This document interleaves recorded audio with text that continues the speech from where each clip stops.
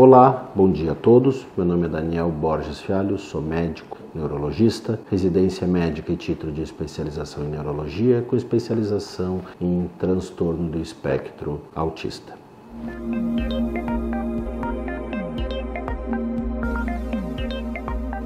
Hoje vamos conversar sobre uma coisa interessante.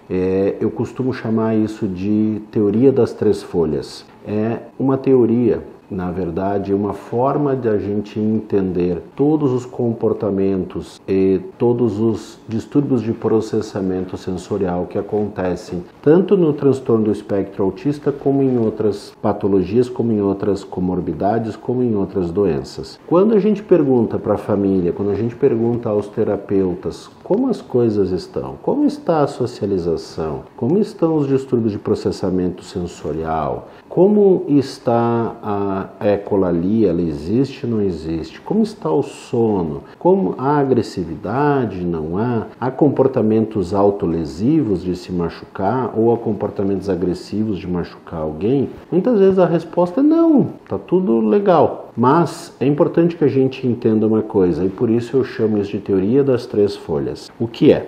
Aqui nós temos três folhas. Uma folha que está normal, que não está rasgada, uma folha que está muito rasgada e uma folha que está um pouquinho rasgada só, certo? Então, toda vez que a gente faz uma pergunta, a gente não quer saber se as coisas estão assim. A gente quer saber se as coisas estão assim ou assim.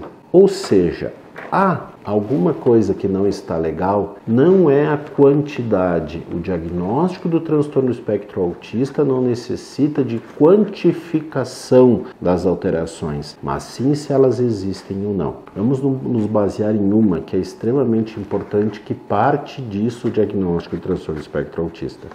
O transtorno ou distúrbio da socialização. Ele existe ou não existe? A folha está assim ou a folha tem um picote rasgado, ou seja, não é típico. Há alguma alteração? Essa é a pergunta que deve ser respondida. Muitos profissionais tendem a tentar entender o transtorno do espectro autista assim. E é por isso que nós temos uma dificuldade muito grande em fazer diagnósticos de transtorno do espectro autista nível 1, muitas vezes. Porque as pessoas esperam que as coisas estejam assim, completamente rasgadas. Ou seja, que seja uma criança que não há interação social alguma, que ela fica isolada num canto brincando sozinha. Isso é a folha completamente rasgada da socialização. Não, nós precisamos entender é que as coisas, na grande maioria das vezes, estão assim, simplesmente com um picote. Há uma alteração social mínima, mas ela há, não é uma interação social típica, não é uma socialização de forma típica. Então nós precisamos entender isso, nós precisamos fazer as coisas se adequarem para que a gente entenda a pergunta e a resposta. Quando se faz a pergunta, se está buscando isso. Por quê? Porque a folha completamente rasgada ela é mais nítida.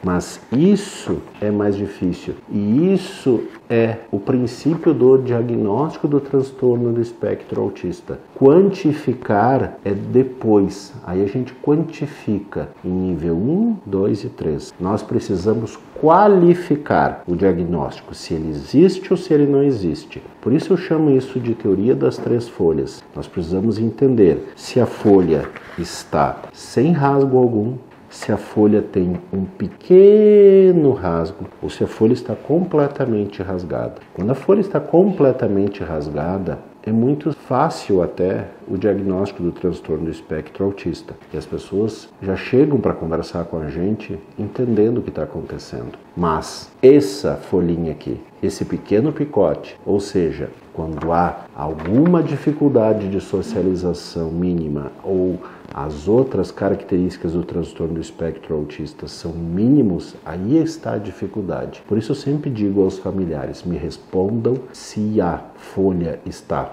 completamente normal, sem rasgos algum, ou se a folha tem um pequeno rasgo. Ou seja, se está tudo típico, ou se há alguma coisa que não é típica. E é aí que a gente vai entender melhor o diagnóstico, qualificar o diagnóstico, quantificar é a posteriori. Um abraço fraterno a todos.